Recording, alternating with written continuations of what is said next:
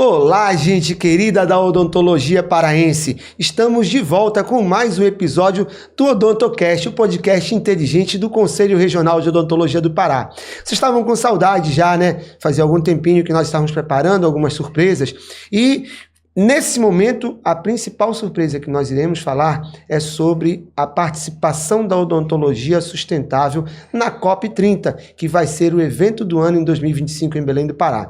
Eu estou aqui na mesa de trabalho desse episódio do Odontocast com a colega, a conselheira Penélope Gotardo. Tudo bem, Penélope? Tudo tranquilo, graças a Deus, Marcelo. E eu vou 2025, pedir para nós, né, que já vai aí chegando no 100º episódio.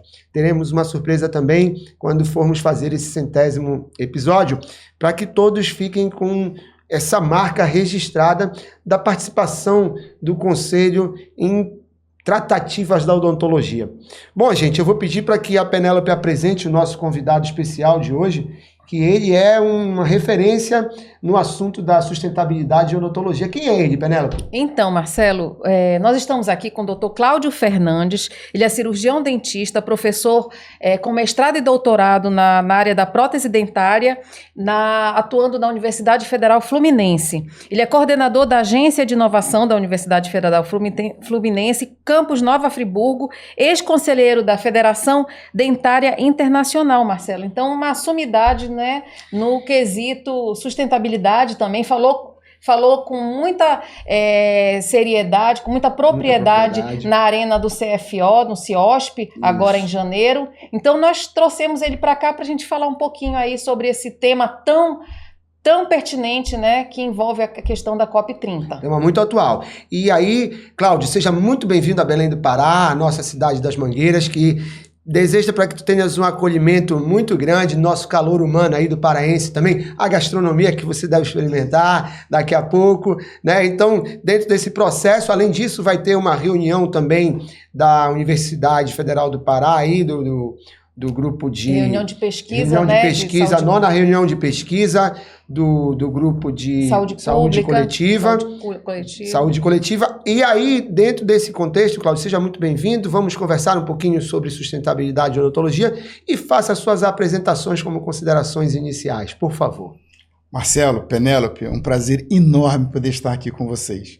É sem dúvida uma honra para a gente poder participar desse que já é um dos grandes podcasts respeitado no país inteiro por trazer temas que são realmente necessários para que o cirurgião dentista, para que a classe odontológica ela realmente se familiarize e possa ter aquilo que ela necessita para melhorar a sua qualidade de vida, interagir com os seus pacientes, os seus atores profissionais, mas mais do que isso, conseguirem ser atores desse planeta, participarem da vida da sociedade de uma maneira bastante ativa. Lá na Universidade Federal Fluminense, nós temos uma preocupação que é bastante crescente em relação à formação de nossos alunos, ao desenvolvimento de nossas pesquisas e especialmente a forma com que nós interagimos com a sociedade. Nós procuramos dar respostas àquilo que a sociedade está procurando, que ela está precisando. E o tema de sustentabilidade é hoje, sem dúvida, um dos mais críticos e mais importantes temas que existe em discussão internacional. E não é de posse de uma bandeira ou de outra bandeira ideológica ou política. Ela é, na verdade, um tema que precisa ser discutido pela sociedade como um todo. Existem riscos reais de alteração da qualidade de vida em todo o planeta. E não é diferente aqui no Brasil. Nós precisamos estar muito preocupados, muito atentos com isso. Eu tive a oportunidade de ter uma exposição internacional muito grande durante a minha formação, mas eu fiz o meu doutorado na Universidade de Malmö, na Suécia. Durante 8 anos eu vivi na Suécia e pude entender como aquele país, apesar de muito diferente do Brasil, em condições muito particulares, ele realmente se transformou numa grande fonte de pensamento internacional.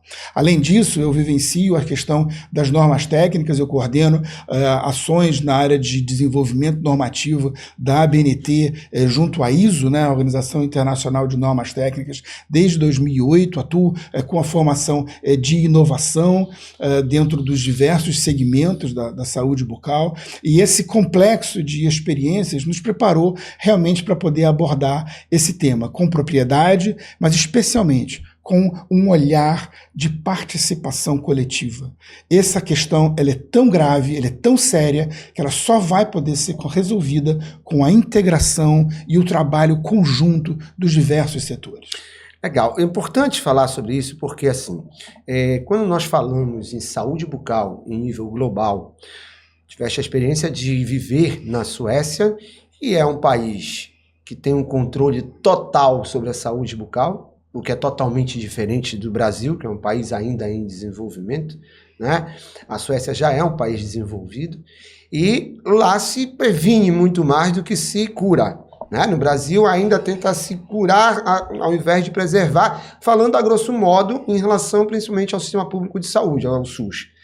E dentro desse contexto, a COP30 ela vem como uma mão na roda para que isso aí possa, pelo menos, trazer reflexões de como poderemos mudar a saúde pública olhando para a odontologia de uma forma sustentável.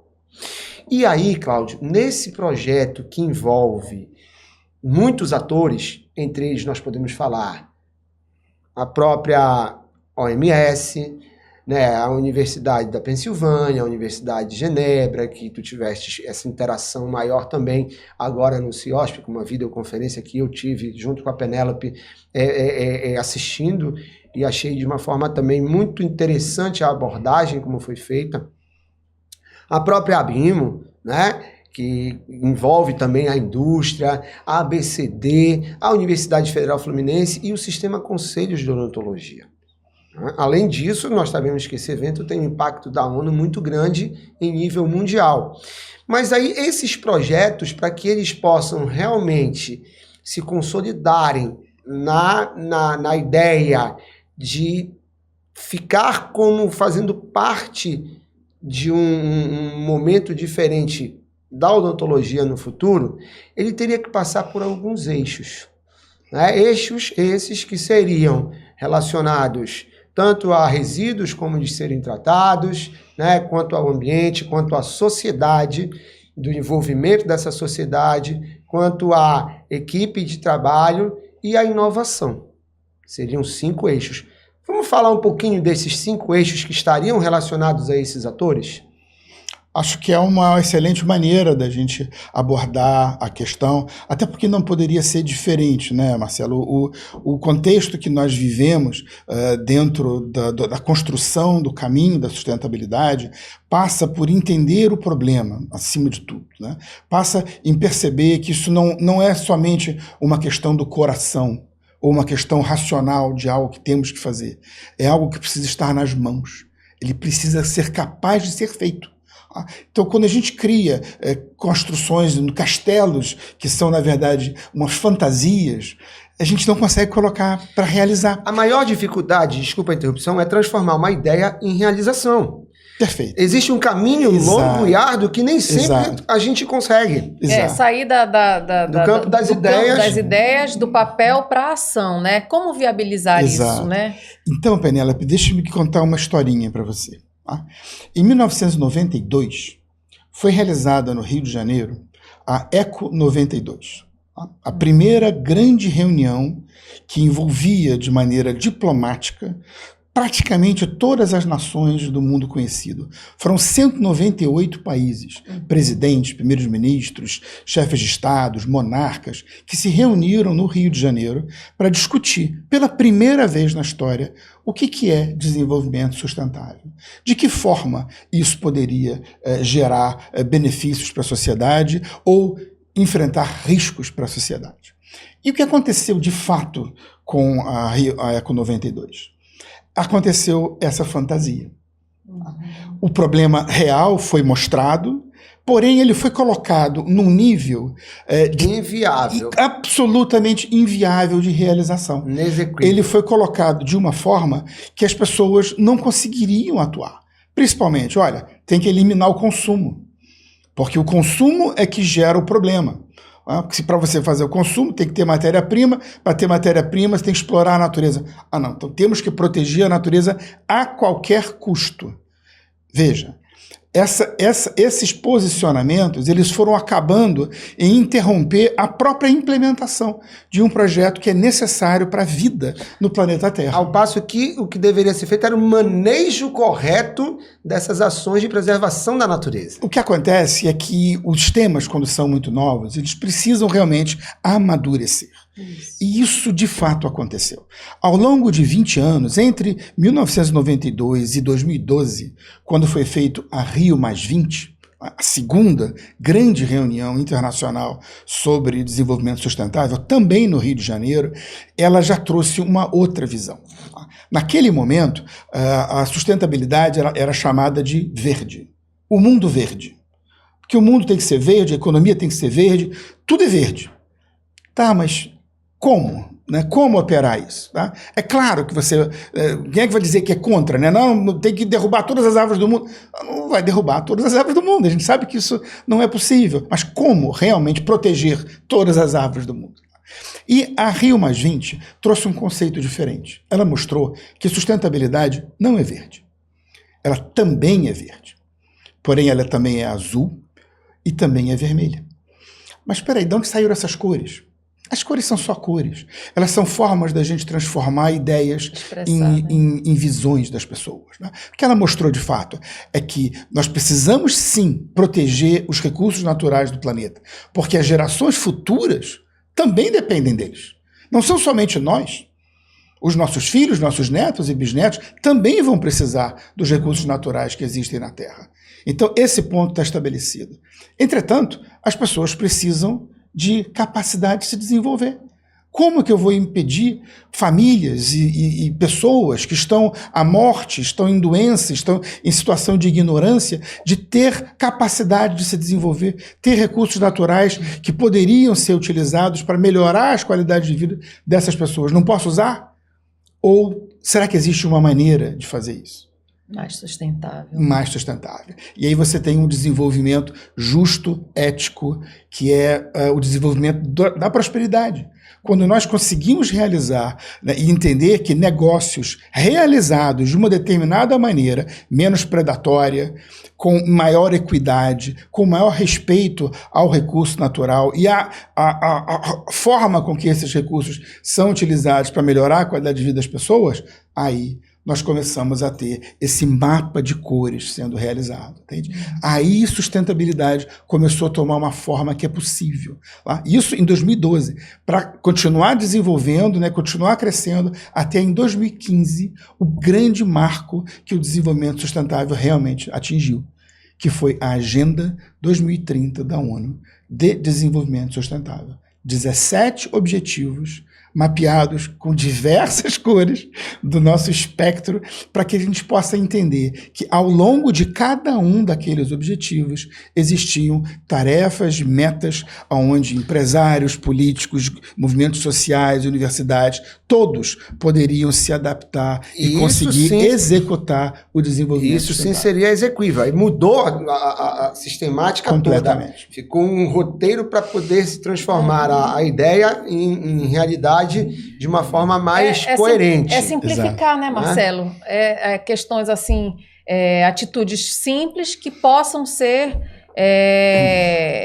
executadas. Né? E sair, como o doutor falou, sair daquele campo imaginário de uma forma que as pessoas não conseguiam ver como limitar o consumo, né? Não, a gente tem que trabalhar de uma forma consciente. Fazer o manejo dessa forma. Então vamos lá. Vamos pegar, só para a gente não perder o fio da meada, tá? Os 5 eixos que seriam trabalhados por esses atores. Vamos falar o primeiro eixo, que seria o resíduo. Nós teríamos aí o resíduo de substâncias como o mercúrio, né? O amálgama lá, que foi muito discutido também lá na Convenção de Minamata. Nós temos a questão dos derivados do petróleo, que tem influência direta sobre os EPIs descartáveis, né? O TNT, que é produzido através desses produtos petrolíferos, derivados petrolíferos. Temos também a energia elétrica, que em muitos interiores do Brasil e do mundo ainda são também produzidos por esses derivados de petróleo, que é óleo diesel e tudo através de geradores. Temos também ainda a própria água, a água que nós usamos na cuspideira como exemplo, como ela poderia ser reaproveitada para fazer a limpeza dos consultórios. Então fala inicialmente desse primeiro eixo, que seriam os resíduos, para que a gente possa abordar os eixos seguintes. Fala um pouquinho sobre isso, por favor. Marcelo, essa divisão em tópicos vai facilitar bastante a nossa discussão. Você sabe que a principal conclusão da Rio+20 foi exatamente entender que para conseguir realizar o mundo que queremos, nós precisamos de alguns fatores, alguns estritamente administrativos, como a própria divisão em áreas, mas alguns outros, alguns eixos que são fundamentais porque eles se tornam horizontais. Pesquisa, ciência e inovação foram colocados ali em 2012 como essenciais para atingir o desenvolvimento sustentável. Mas por quê? Porque não dá para resolver um problema diferente fazendo da mesma maneira. A inovação é chave para que a gente consiga desenvolver novos produtos, novos processos, incluir mais pessoas e proteger o planeta ao mesmo tempo, sem gerar prejuízos financeiros, aumentando a capacidade de produção das empresas, gerando renda, para que todo o planeta possa ter prosperidade. E quando a gente olha nesse eixo particular, que é o eixo dos consumíveis, né? Vamos entender resíduos, energia, água como elementos consumíveis da sociedade e do cirurgião dentista, porque se nós não entendemos que isso afeta a nossa forma de viver e trabalhar, nós não vamos estar fazendo o que nós realmente precisamos. Mais um detalhe que eu não mencionei, que eu lembrei agora, o próprio lixo. Não é? Exato. O lixo descartável, ele tem o lixo contaminado, o lixo que é um lixo que não é contaminado, entendeu? Então a gente também ainda tem nesses consumíveis o lixo residual. Você vê, essa questão ela é parte do processo de compreensão desde o início. Você sabe que eu estou aqui botando um certo peso na Rio+20, né? Porque ela realmente foi emblemática, inclusive para a saúde bucal. Você sabia que a odontologia estava representada na Rio+20? Que bom, na Eco 92 não. Na Eco 92 não. E eu espero que na COP30 ela também esteja. Já temos nosso representante aqui, né? Estava representada. O FDI, a Federação Dentária Internacional, enviou um representante. Eu tive a oportunidade de participar dessa organização e estar no complexo da Rio+20 no Rio de Janeiro, representando o conselho do FDI, exatamente no sentido de entender como saúde se integra dentro de um movimento dessa natureza. Porque a nossa atividade profissional, meu querido ouvinte, por favor, veja bem que muitas pessoas entendem que essa questão não é comigo. Eu trato de dente, eu ensino, eu pesquiso, isso não é comigo. É com todos nós. Se você estiver vivo, respirando e precisando participar desse planeta, é contigo. Com certeza. Todos nós temos que fazer a nossa parte e entender como podemos nos transformar. Você citou esse eixo dos consumíveis, por exemplo, né? Você saberia dizer, por exemplo, quando você compra um ar-condicionado, quando você compra uma geladeira, um freezer, até um fogão, você olha ali se tem um selo Procel de consumo de energia? Você olha? Sim. Mas por quê? Eu sou maluco? Vou comprar um selo Procel ruim? Não, eu quero o selo A, porque eu vou economizar energia. Porque vai doer menos no meu bolso aquele consumo. Sim. Perfeito, né? É uma boa maneira de fazer isso. Algo convencional, né? O inverter já faz isso aí. Agora eu te pergunto, vai comprar um autoclave, um consultório odontológico, uma estufa, um forno de porcelana, um raio-x, um tomógrafo. Tem selo Procel? Não. E deveria ter. Por que não tem selo Procel? Por que não? Porque nós não estamos mobilizados o suficiente. No momento que houver uma mobilização institucional de fato, a própria indústria vai ter que atravessar a rua e conversar com o Inmetro, vai ter selo Procel. Porque esse é um movimento de ida e volta. É a sociedade manifestando o interesse. Mas eu acho, assim, muito importante isso, porque, assim, é uma provocação a toda a classe, ao cirurgião dentista, de sair daquela caixinha, né? Como o doutor estava falando, não é só dente, não é só ali a boca, é todo um conjunto, e a gente está conectado a tudo que está acontecendo, né? E com isso, você vai criando, vai conscientizando, eu acho que o mais importante é isso, criar uma consciência, a partir de então, do cirurgião dentista em se preocupar e até forçar com que a indústria melhore também, tem essa visão mais sustentável da odontologia, que vai gerar um impacto na sociedade e no mundo, né? Esses estímulos são extremamente importantes. A gente se move para realizar algo porque ou nós queremos conquistar algo ou porque nós temos um certo receio de não conseguir. Quer dizer, são estímulos positivos ou negativos. Ambos fazem parte do processo de construção e transformação da sociedade. Veja como os países fizeram. Por que hoje a gente consegue comprar equipamentos que consomem menos energia no ar-condicionado?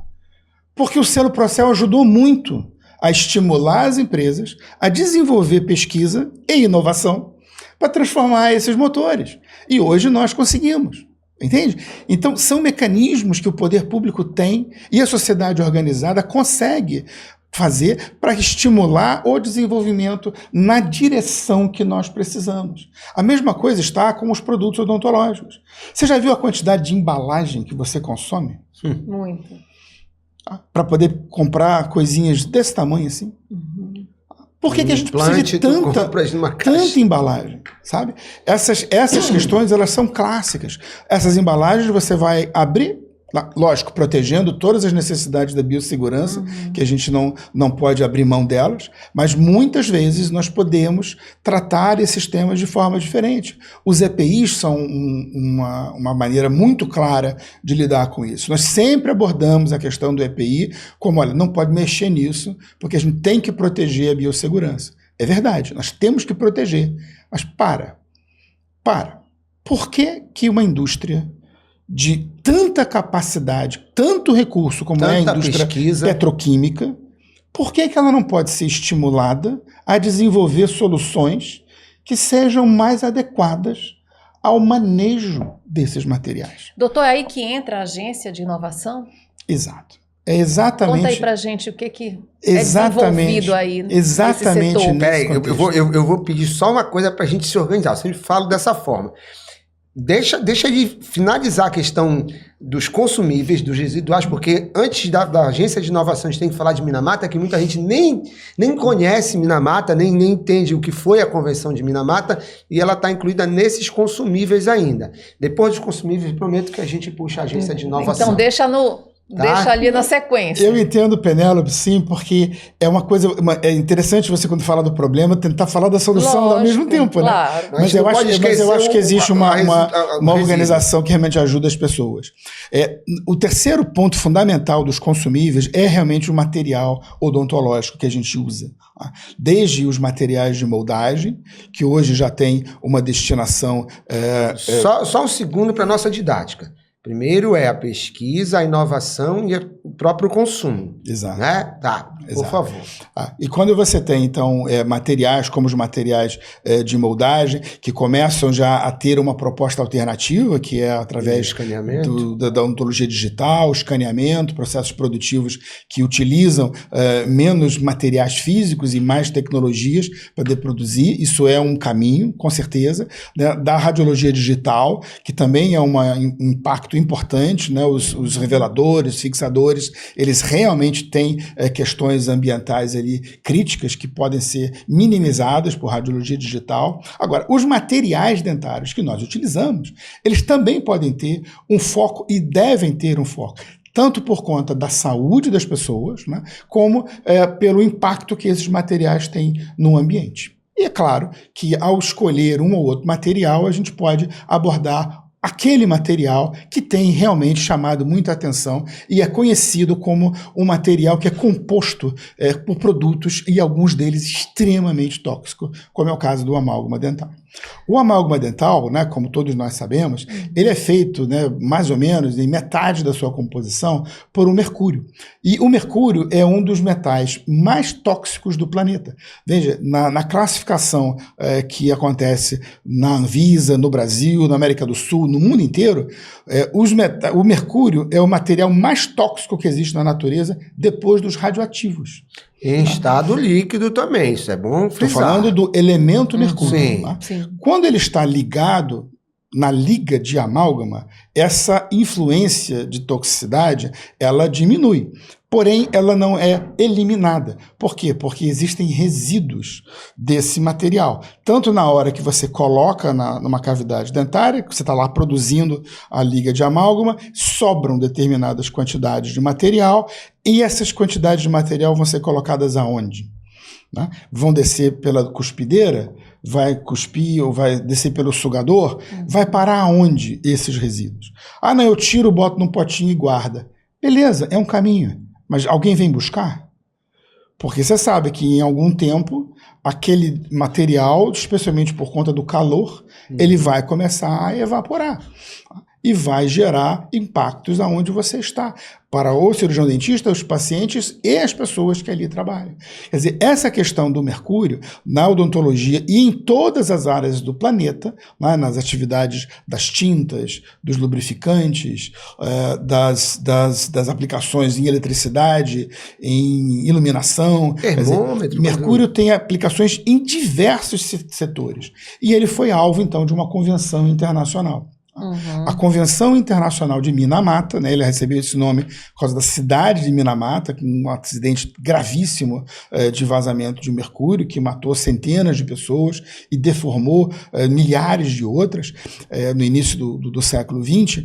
Essa Convenção de Minamata, ela estabelece. Ela foi em 2013, né? Foi assinado o Tratado de Minamata e a Convenção começou a tomar efeito. Né? E essa convenção, ela especifica o quê? A questão de até quando os países devem diminuir ou controlar esse uso do mercúrio. A Convenção de Minamata, ela prevê a eliminação ou redução do uso do mercúrio, tá? Dependendo de qual aplicação ele está. Até Mas 2030, por quê? né? Porque se alguns eliminam é porque é grave, né? Exato, é grave mesmo. Tá? Aquelas áreas onde são reduzidas é porque ainda não existem alternativas capazes de substituí-lo.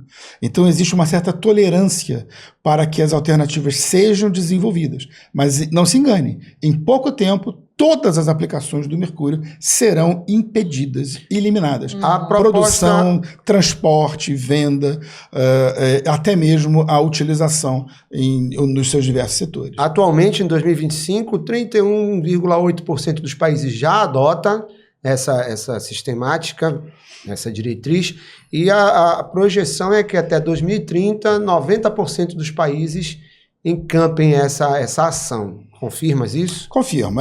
Esses são dados que estão disponíveis, né, na página da UNEP, ou PNUMA em português, que é a Agência de Meio Ambiente da ONU. O Brasil é signatário da Convenção de Minamata. Ele incorporou em 2017, colocou no arcabouço jurídico brasileiro, tanto no Senado, na Câmara dos Deputados, com a promulgação pela Presidência da República, e está valendo no Brasil, tá? Os diversos segmentos da Convenção de Minamata, que vale para todas as aplicações do mercúrio, não só para o amálgama dental. Certo. Não só para uso odontológico. Agora, vamos colocar aqui muito claramente para os nossos ouvintes, Marcelo e Penélope.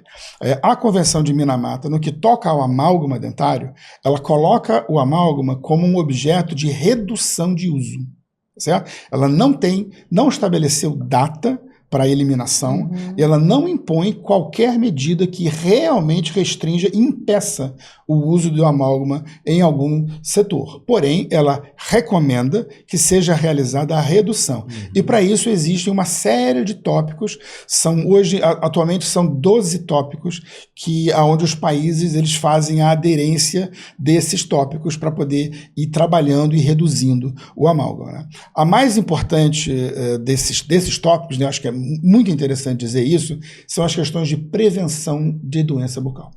Porque no momento que você reduz a incidência de cárie no país, que os níveis de impacto são menores, você precisa de menos material restaurador.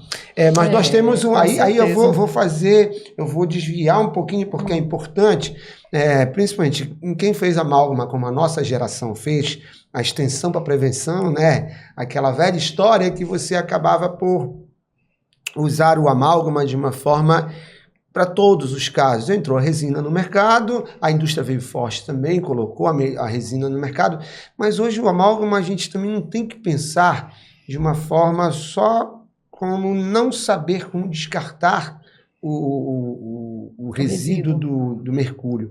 Mas é difícil você tratar um paciente com PNE com uma resina. Então, tudo isso também deve ser levado em consideração, ao invés de só fechar os olhos e entender que é só um caminho que tem que ir. Pelo menos, eu sou bastante flexível em relação a isso. Então, a Convenção de Minamata eu acho super interessante, concordo com ela, mas eu acho que nós temos que ter o mínimo de bom senso para entender que o amálgama, se bem manuseado, bem descartado o mercúrio, bem utilizado, ele ainda tem sua valia, sim, principalmente para questões num país como o Brasil, que não tem essa prevenção. Nós não temos nem flúor nas águas de consumo público hoje no Pará. Isso é uma provocação que eu faço aos nossos gestores, entendeu? A nossa empresa de saneamento, ela nos mandou uma informação, após ser provocada pelo Conselho, que o Conselho defende a sociedade, de que não há flúor no consumo em Santarém, que é uma das principais cidades do interior do Pará, dos 144 municípios, e Belém não tem flúor nas águas de consumo desde 2010, porque estavam também usando de uma forma indevida o flúor nas águas. E por constatarem isso através de pesquisas, entenderam que era melhor suspender o uso do flúor, que desde 75, 74, final de 74, foi homologado em 75, Geisel já tinha colocado que o flúor na água de consumo era uma das situações de prevenção, como é através dos dentifrícios, dos cremes dentais. Então, olha só, como a gente tem tantos problemas, que isso também faz parte, nós falamos tanto do mercúrio, mas o flúor também, como ele pode ser utilizado de uma forma correta e dispensado também de uma forma racional para a natureza, de uma forma sustentável. Olha, a abordagem em relação aos resíduos, ela precisa ser feita da maneira sistêmica, como a gente iniciou a discussão, né, de maneira integrada. Porque não adianta você abordar cada tópico separadamente e não entender a conexão que existe entre eles. Tá?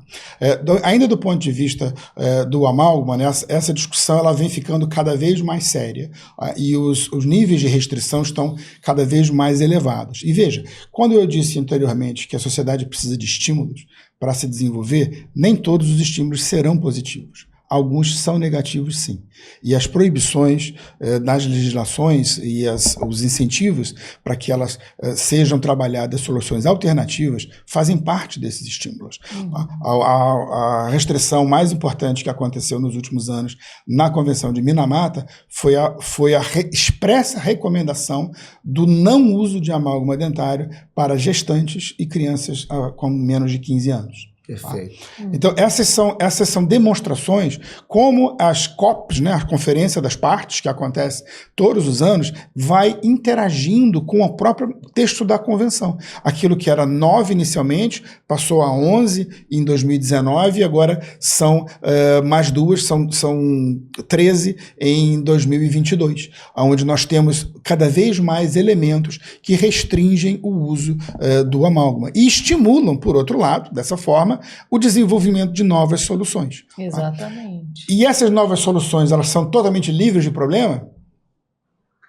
Tá certo? Veja, aí que está como a pesquisa ela realmente interage com isso. Sim. As resinas compostas hoje são principalmente feitas a partir de produtos da petroquímica, tá? que contém em sua base intrínseca alguns elementos que, do ponto de vista ambiental, não são tão inocentes assim, como é, por exemplo, o BPA.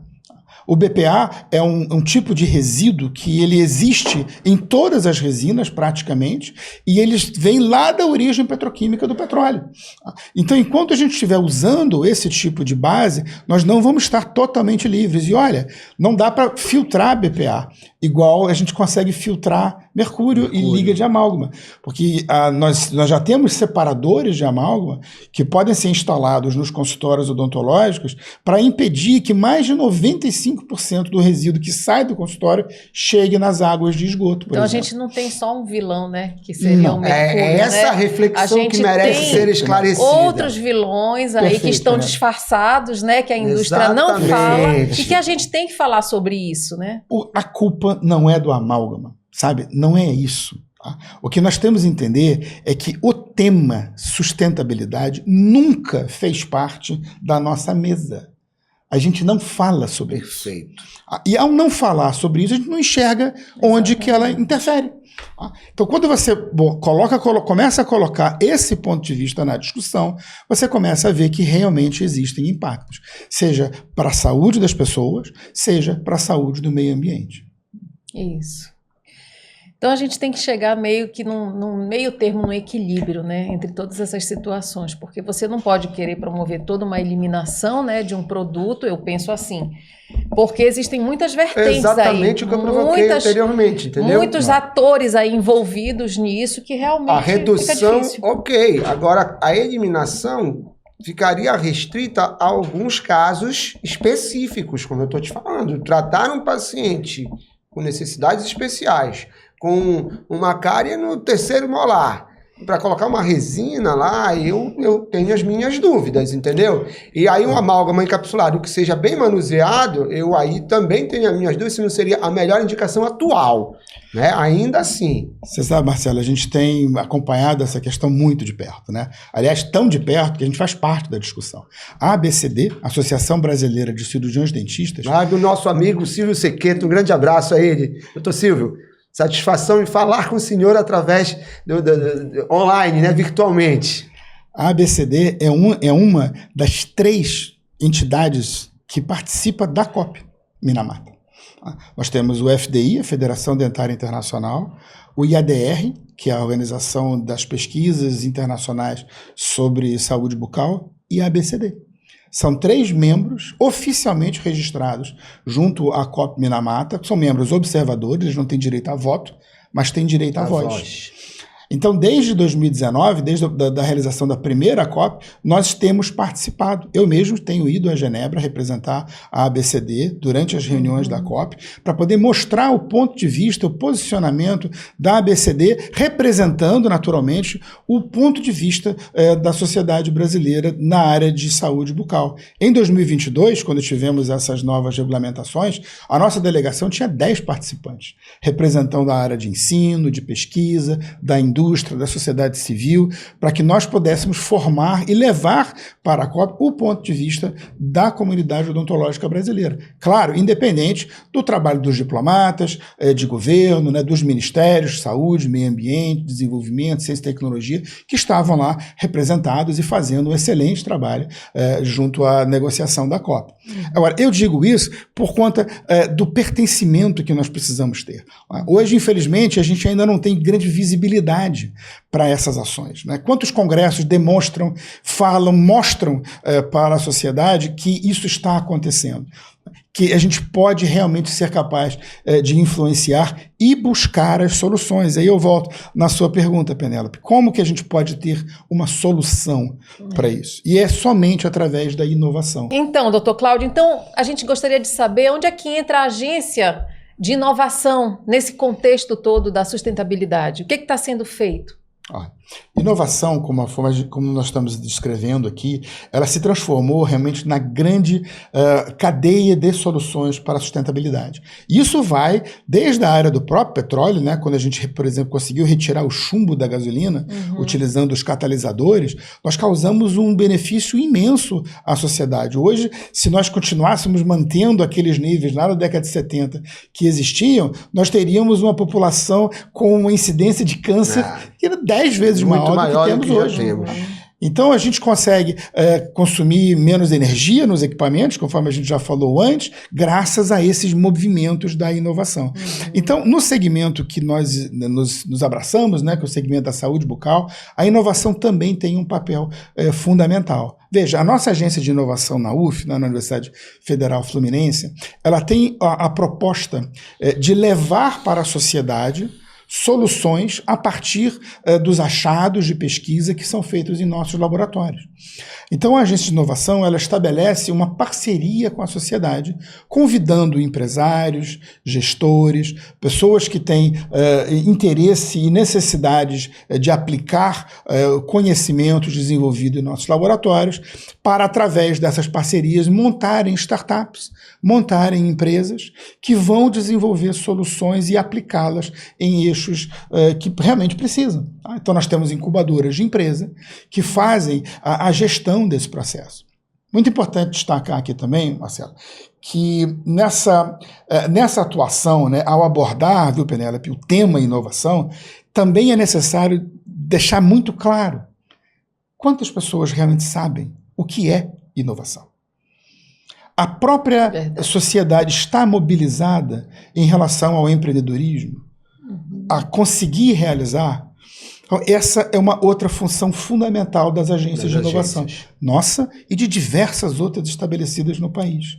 É sensibilizar, difundir o conhecimento de forma que as pessoas possam entender que podem trabalhar em outras áreas, desenvolvendo ações, criando novas empresas para aplicar conhecimentos estabelecidos. Quem sabe a partir de uma tese de mestrado, de uma dissertação de mestrado, de uma tese de doutorado, ou simplesmente a partir de uma ideia que aconteceu, que surgiu num hackathon, numa maratona de inovação, sim. Como nós fazemos lá em Nova Friburgo, né? Nós temos hoje muito orgulho de ter desenvolvido já 14 startups baseadas nos hackathons que são criados em 12 horas de trabalho.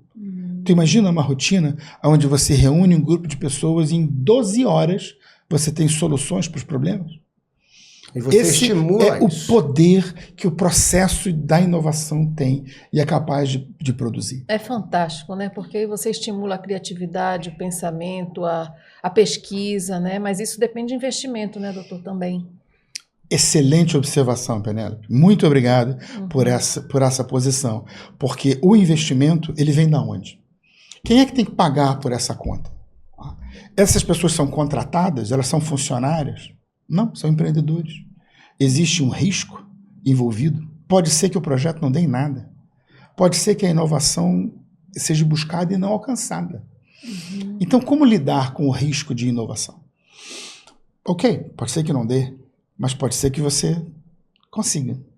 E essa possibilidade pode gerar muita receita, muita renda para os empreendedores, resolver problemas junto à sociedade e realmente avançar o conhecimento. Portanto, existe interesse, tanto do mercado, o que a gente chama do capital, de movimentar essas soluções para conseguir encontrar aquelas peças que estão faltando, na área farmacêutica, na área de materiais, na área de gestão dos resíduos, na área de energia. Todos esses segmentos, eles oferecem fundos de financiamento da inovação. E que acaba entrando, já vou pegar um terceiro item, porque nós já falamos de resíduos, nós já falamos de inovação e a força de trabalho entra aí também. Né? A força da equipe de trabalho, que seriam esses atores empreendedores que nós já estamos intrinsecamente falando dentro daqueles 5 Aí eixos. eu já vou entrar com outro gancho também, doutor, que seria a mudança nos currículos de graduação, especificamente na área odontológica. Porque se a gente não criar esse pensamento, essa conscientização, como é que a gente vai criar esses atores pensantes que vão desenvolver toda essa inovação? Não só na odontologia, porque pelo que está falando, entra na administração, sim, entra em todas as profissões. Em todas as vertentes, em todos os aspectos. Perfeito. Né? Veja como nós precisamos estar cientes de que as soluções que nós buscamos, elas não dependem somente da nossa própria atuação, baseado naquilo que aprendemos numa faculdade de odontologia. Nós precisamos ser capazes de nos integrar à sociedade, de buscar parcerias, compor equipes lá com o pessoal da ciência da computação, com a administração de recursos humanos. É uma virada de chave. É uma virada de chave total. É colocar a nossa atividade dentro daquilo que é realmente realizado no planeta para o desenvolvimento da sociedade.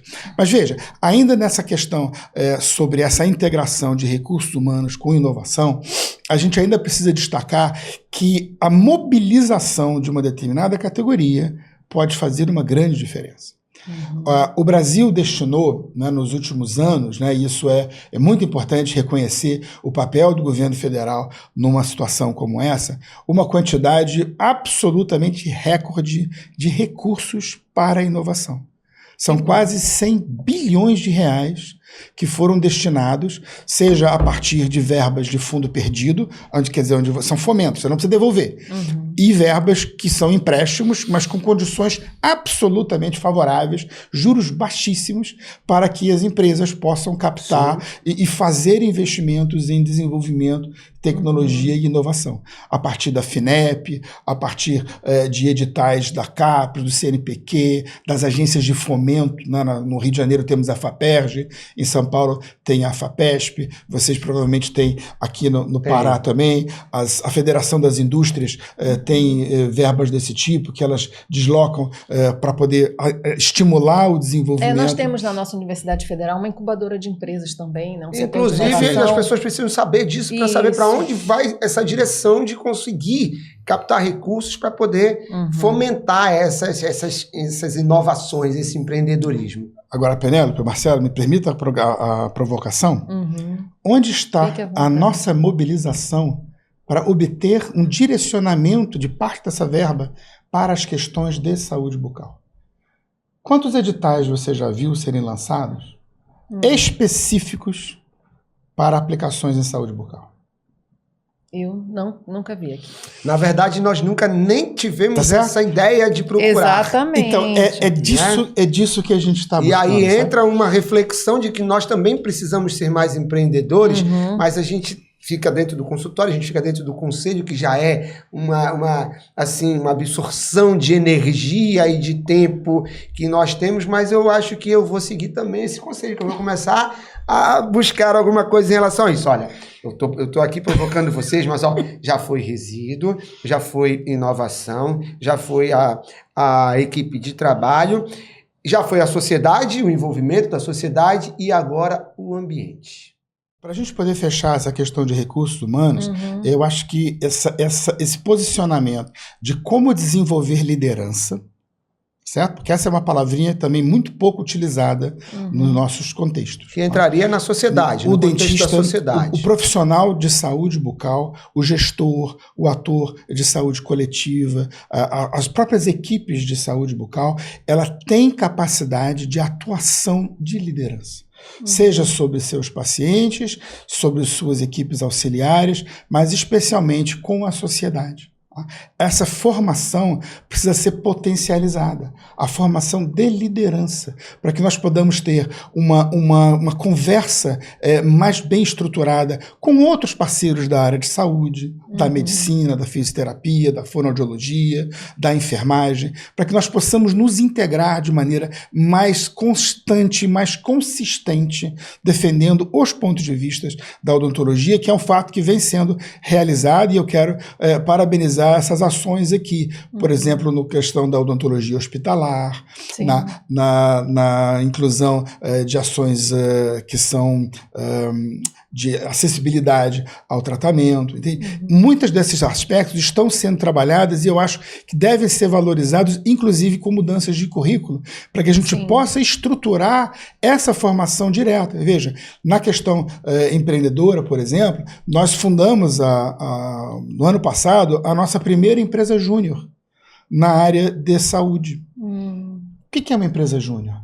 Uma empresa júnior é, na verdade, uma organização sem fins lucrativos, criada por alunos de graduação, dentro de um determinado tópico, que leva para os alunos de graduação experiências do mundo empresarial. Quer dizer, ela é capaz de prestar serviços para a sociedade, claro, né, dentro das restrições que são aplicadas e tipos de serviços que podem ser feitos por alunos, como na questão sempre orientada, mas com um trabalho onde esses alunos começam a ter uma vivência empreendedora dentro da sua formação. Quer dizer, eles começam a entender os diversos eixos de trabalho que poderão acontecer após a sua formação. Isso. Agora, depois da formação, como é que a gente faz? Aí acho que o sistema conselhos tem um papel fundamental. Eu já ia disso. dizer que a parte do empreendedorismo na odontologia não pode esquecer a questão ética, né, Marcelo? Mas aí entra a questão ética, a questão da informação, né? Porque através do conselho a gente tem a capilarização dessas informações para todos os cirurgiões dentistas, né, do sistema conselho de odontologia, e também, principalmente, nos finalmente, como vai dar essa informação, nós entraríamos também como atores dessa situação. Com certeza. Acho que isso é uma dinâmica que requer, e aí eu retorno àquele ponto inicial, sabe, Penélope, da integração dos diversos segmentos. Nós temos a indústria, num ponto de vista, nós temos a universidade e as instituições de ciência e tecnologia com outra função, nós temos o sistema conselho com uma outra função na formulação e apoio à formação de políticas públicas, na gestão de formação de recursos humanos continuados, como é o caso das especializações. Sim. Por exemplo, quem sabe nós poderíamos ter um conteúdo de desenvolvimento sustentável que fosse anexo aos currículos de formação para a formação continuada. Para que todos que já estão formados também consigam ter visão de como podem alterar e implicar suas práticas de serviço. Né? E nós temos, naturalmente, o próprio setor público, que é um dos grandes atores extremamente interessado em que essas mudanças aconteçam. E falando do sistema público, nós estamos aqui fazendo uma matéria muito especial, onde nós temos a certeza que o nosso sistema público do Pará e de Belém, especialmente onde vai ser realizada a COP30, através do nosso governador Helder Barbalho, do nosso prefeito Igor Normando, nosso secretário de saúde do município de Belém, Dr. Rômulo Nina, estejam sensíveis também, o nosso secretário de saúde do estado do Pará, estejam bem sensíveis a essa causa de introduzir a odontologia na COP30, porque é uma temática assim, a ser amplamente discutida para que nós possamos ir atrás de soluções das mazelas, que ainda somos um estado e que tem as suas diferenciações através de atendimento no setor urbano, no setor rural. Nós temos ainda muitos rios que são nossas ruas, acessos difíceis, né? Eu acredito que o Pará só perca em acessibilidade, a levar a odontologia a regiões mais longínquas para o Amazonas, né? Em nível Brasil, dos 26 estados e do Distrito Federal, o mais problemático, eu tenho certeza, que é o Amazonas, e logo depois é o Pará. De como levar a odontologia à sociedade que fica realmente isolada ou semi-isolada nos interiores do estado. Então, eu peço mais uma vez a sensibilidade dos nossos gestores públicos, principalmente, a nos ajudar ao Conselho, ajudar a Universidade Federal Fluminense, ajudar a todos os atores envolvidos na COP e a sociedade também abraçar essa causa. Tá? Então, eu já posso até adiantar para vocês que essa conversa já está com 1h10. Opa. Passa muito rápido, né? Então, assim, nós estamos chegando realmente ao limite do nosso tempo. E vou pedir para que a Penélope faça as considerações finais dela, depois o Cláudio também, para que a gente possa finalizar esse episódio do Odontocast falando sobre odontologia sustentável. Ok, Penélope? Então, Marcelo, gostaria que o Dr. Cláudio finalizasse, né, sua explanação aqui, a nossa conversa, falando sobre a chamada Ação de São Paulo, que ele divulgou lá na Arena CFO, falar um pouquinho sobre isso e divulgar também para a nossa classe. A necessidade de integração é o modelo que nos move fundamentalmente. Nós conseguimos a mobilização das principais lideranças que estão trabalhando sobre o tema. E dentro desse conjunto de atuação institucional, cabe destacar que o grande fórum de concentração da discussão no Brasil é o CIOSP. É o Conselho Internacional de Odontologia de São Paulo, um dos maiores eventos... O Congresso Internacional de Odontologia de São Paulo, um dos maiores eventos no mundo, e ele se mobiliza em relação à saúde bucal sustentável desde 2016. Nós já fizemos 8 simpósios de odontologia sustentável no CIOSP. Tá?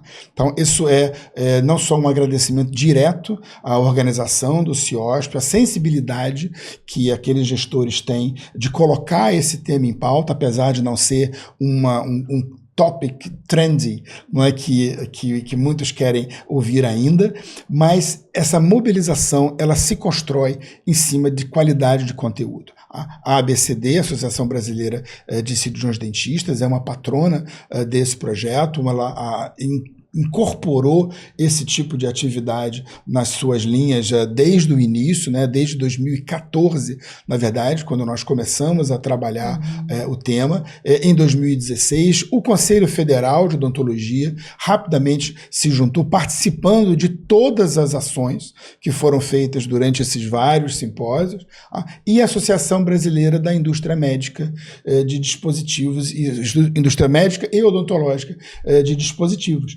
onde você tem o contato direto com a manufatura, com fabricantes de equipamentos, materiais e etc. Quer dizer, a congregação desse grupo e também a partir da atuação da Universidade Federal Fluminense e sua agência de inovação, nós temos ali, digamos, um motor de desenvolvimento que pensa junto essa questão e que propõe maneiras de realizar. Portanto, diante da maturidade que a discussão alcançou e da realização recente de atuações, né, junto à Organização Mundial da Saúde, junto à Universidade da Pensilvânia, dos Estados Unidos, onde realizamos um evento que envolveu mais de 40 palestrantes para a COP29, em Baku, no Azerbaijão. No ano passado, né, em 2024, em novembro de 2024, esse evento foi realizado em Baku. E nós estávamos presentes, participando com o terceiro Conferência Global de Ação Climática em Saúde Bucal, realizado na liderança da Universidade da Pensilvânia, e com a colaboração com a Universidade Federal Fluminense, com ações preparatórias para a COP30. Quer dizer, isso não aconteceu ontem. Tá? Isso é um trabalho que vem se desenvolvendo há muitos anos. Tá? Dentro da COP29, por exemplo, nós tivemos a oportunidade de mostrar essas várias nuances e também integrar um dos atores que ainda não entrou muito na nossa discussão, mas é extremamente importante para a consolidação do conceito, que é a sociedade civil. Nós precisamos das pessoas, os não dentistas, os não engajados diretamente na profissão relacionada à saúde bucal. Que serão beneficiados com isso também, de uma forma total. A quem pertence a saúde bucal? A própria sociedade. A sociedade. A sociedade. É a sociedade que pertence, que domina e que precisa ser parte dessa discussão. E para representar a sociedade civil naquele momento, nós convidamos tanto lideranças do Rotary, que é um tipo de movimento muito bem distribuído no país inteiro, que mobiliza pessoas a tomar atitudes e que recentemente incluiu o eixo de sustentabilidade entre os seus 6 eixos de atuação, tá? E também incluímos o Santuário Cristo Redentor, a partir de uma mobilização que é reconhecida em qualquer lugar do planeta. A estátua do Cristo Redentor iluminada com as cores da sustentabilidade no dia da COP29, para representar a urgência de atuação no eixo de saúde. Então, são essas as amostras de como nós podemos convidar a sociedade para participar e realmente difundir esse conceito de forma colaborativa. E o que aconteceu no CIOSP, nessa chamada ação, Penélope, foi um momento onde a gente deu uma forma mais concreta a isso. Né? Quando nós lançamos a chamada ação, e eu convido a todos a conhecer mais esse movimento, utilizando esse QR Code, entrando em contato, vendo essa carta que foi denominada a Carta de São Paulo.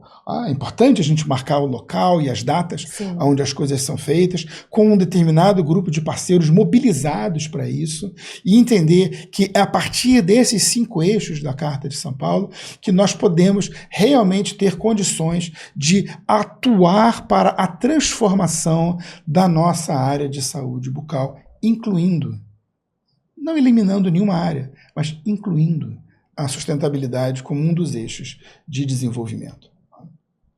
Ok, então agora eu vou fazer a pergunta das tuas considerações finais para que a gente possa encaminhar o programa realmente para o seu término.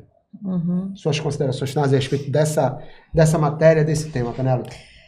Então, doutor Cláudio, eu gostaria de agradecer a sua participação aqui conosco. Eu acho que no cenário atual, né, de tema da sustentabilidade que está, não digo em moda, porque a sustentabilidade não pode ser modismo, ela tem que vir para ficar, para conscientizar, para esclarecer, para mudar paradigmas, que eu acho que é isso que é o mais importante. A gente tem que mudar, virar a chave para a gente poder transformar e levar realmente as mudanças. Então, acho que a sua presença aqui conosco está sendo muito enriquecedora. Eu acho que a gente também, né, Marcelo, está mudando aí alguma coisinha assim na nossa caixinha, né, na nossa vida prática, na nossa atuação do dia a dia. Enquanto Conselho Regional também eu acho que é de grande valia.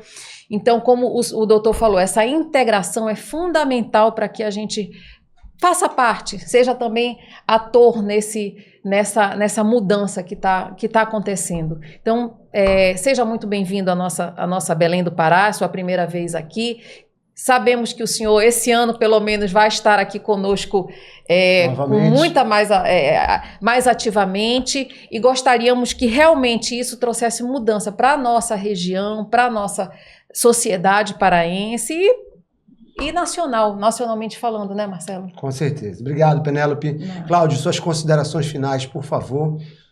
Olha, eu não posso deixar de demonstrar aqui o meu apreço, deixar muito bem claramente registrado o elogio ao CRO do Pará por tomar essa atitude de realmente querer vivenciar, não só para poder aparecer na foto, mas especialmente para poder agir, atuar, estar presente junto à sociedade. Defender a sociedade que e é a levar dele. opções de desenvolvimento e crescimento para seus associados. Realmente é digno de louvor.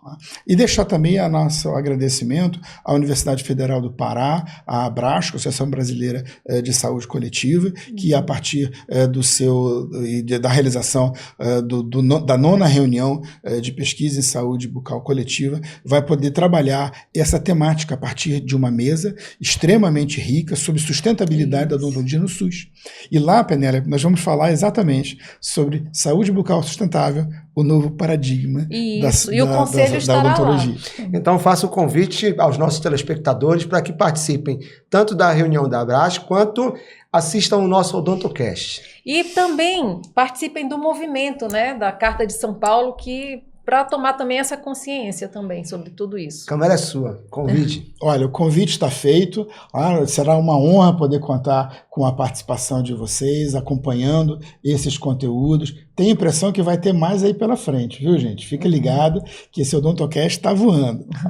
E sejam muito bem-vindos também a acompanhar as discussões lá da 9ª reunião da Sociedade de Saúde Bucal Coletiva, que vai ser realizada ainda essa semana na Universidade Federal do Pará. Tá? Por favor, leiam a carta. Ela está disponível para assinatura e adesão, seja para pessoas físicas, para pessoas jurídicas. Claro, tudo gratuito, bastante informação, ela vai estruturar uma disseminação disso no país inteiro. E você também pode fazer parte e se qualificar, ajudar seus pacientes, sua área de atuação, a desenvolver o mundo que queremos. Que bom. Pessoal, finalizando mais um episódio, agradecendo a nossa técnica do estúdio Santos de Casa com o Gabriel e a Elissa, que são realmente muito diferenciados no atendimento para a realização desse programa. Agradecer a participação da Penélope também, que é a nossa conselheira secretária, no apoio dela aqui ao programa também. E ao Cláudio Fernandes, nosso pesquisador, doutor da Universidade Federal Fluminense, altamente engajado com a proposta da COP30 e da odontologia sustentável ser inserida a ela. E, inclusive, também a vinda do Cláudio a Belém foi para a gravação desse podcast, desse OdontoCast, e também para participar da reunião, da 9ª reunião da Associação Brasileira de Saúde Coletiva, que estará sendo realizada agora na Universidade Federal do Pará, de 28 a 30 de abril, e começa hoje. Então, dentro dessa proposta toda, o Conselho Federal está dentro de todas essas ações que estão sendo realizadas para que a sociedade possa ser beneficiada, como eu já disse, porque é a principal atribuição do Conselho Regional de Odontologia do Pará. Então assistam o nosso episódio, vão lá, cliquem no sininho, compartilhem e prestem bem atenção no que eu vou dizer. O Odontocast tem se tornado, sim, o podcast inteligente do Conselho Regional de Odontologia do Pará. Um abraço a todos, fiquem com Deus e até o próximo episódio. Valeu, gente!